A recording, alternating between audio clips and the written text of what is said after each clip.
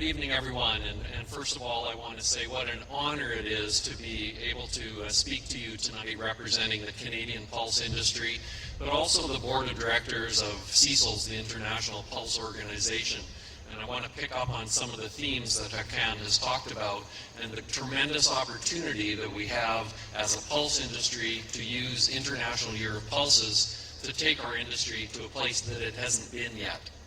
I want to say it's an honor to be on the dais with this distinguished group of people, and I certainly want to point out the leadership role that Hakan and Pravin have played at the international level, where they have taken their personal time to provide leadership to all of us in the pulse industry and help us reach further than we possibly could without their leadership. Before I get into my presentation on the power of pulses, I just want to make one brief comment as a Canadian. I have been speaking with many people, and several of you have mentioned issues related to logistics and the performance of our Canadian transportation and logistics system. And I would just say that I will be here for the whole conference, and I would encourage you to come talk to me. I'd like to learn more about the issues that it has presented. And I would like to say that the performance is not acceptable to Pulse Canada, and we're working very hard to make sure that Canada can be restored to be seen as a consistently reliable supplier of products. So I will encourage you to track me down over the next couple of days, and we can have some discussion about that.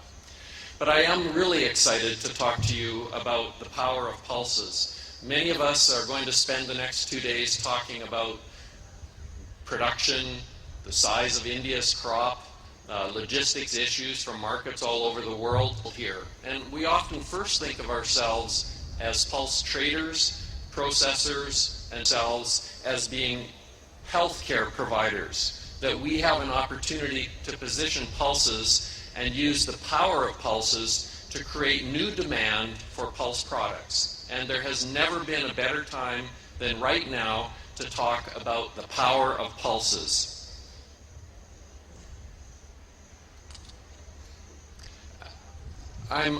This presentation will be on the website of India Pulse and Grain Association, so if you're not able to see the numbers, you perhaps can look at it later on. But what the slide is pointing out is that dietary consumption patterns change, and they change here in India as well. This data is from the International Food Policy Research Institute, from a researcher in Delhi. And I'll just summarize quickly some of the changes that you will see on this chart. And it characterizes the change in consumption between 1988 and 2008. And you'll see, according to this information, that on a per capita basis, cereal consumption in India has declined by 20%, and pulse consumption on a per capita basis has declined 30%. In the same period of time, edible oil consumption has increased by an amazing 62.5%, and fish, egg, and meat consumption have increased by nearly 70%. Fruit, vegetable, and milk consumption were also up anywhere between 20 and 65%. So the point I want to make is that dietary changes can occur in a relatively short period of time. But while dietary consumption has changed, so have lifestyles in India. Many consumers have benefited from higher income. There are more women working in the marketplace, and there has been a move to more convenience food, so less time is available and less time is taken to prepare food. And this busy lifestyle has also created a more sedentary lifestyle for many people in India and other countries around the world. And so now we have the setup for two really important things. One, the diet is changing, and two, lifestyle is changing.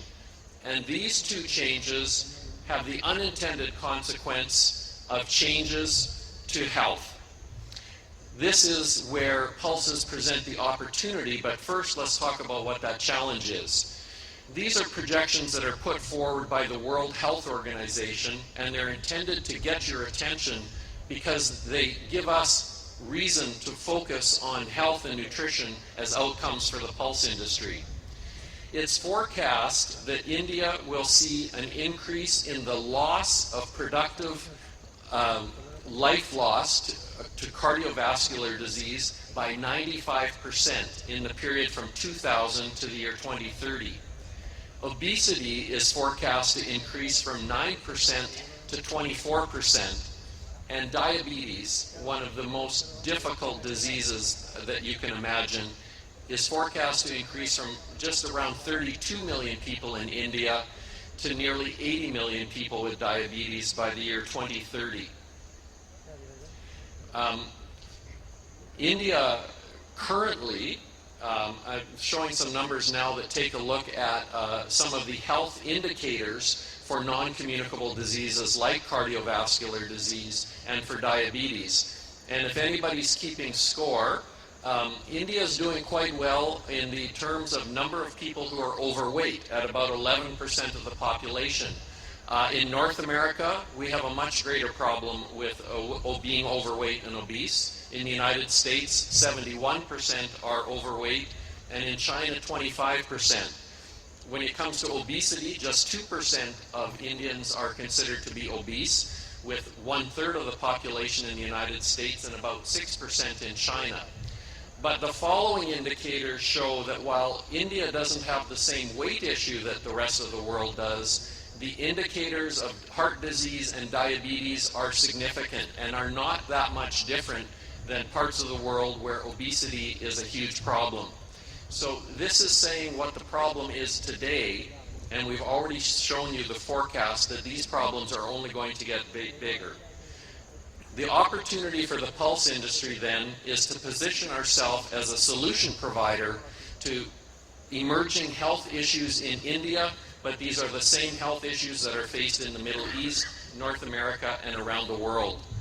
On the right-hand column, you see that we have that pulses are good for us from a weight management perspective, from a cardiovascular disease perspective, and from a blood sugar control perspective. So my message to you tonight is to go home from this conference thinking of yourself as a more informed pulse trader, but also be thinking of yourself as someone who is in the business of providing solutions to healthcare issues. So in summary, what I can say, and this is the message that I want you to remember in promoting the power of pulses, is that the protein in pulses makes a perfect partnership with cereal crops like rice, wheat, corn, oats, and barley. And for some parts of the world, for starchy tuberous crops. Power of pulses is in partnership with cereal crops. The fiber content of pulse crops is also important. Both the crude fiber that's found in the seed coat, but also things like soluble fiber and complex carbohydrates that are found inside. This is the key to blood sugar control. And this is also the key to lower glycemic response, which is very important for people with diabetes. And finally, let's not forget the power of pulses in providing vitamins and minerals. So this will conclude my presentation. I want you to think about the power that you have to change the lives, to take us beyond being a commodity to being a real solution provider for the next decade. And through Hakan's hard work, I think that we have the International Year of Pulse to focus our efforts and make the power of pulses well known around the world. Thank you.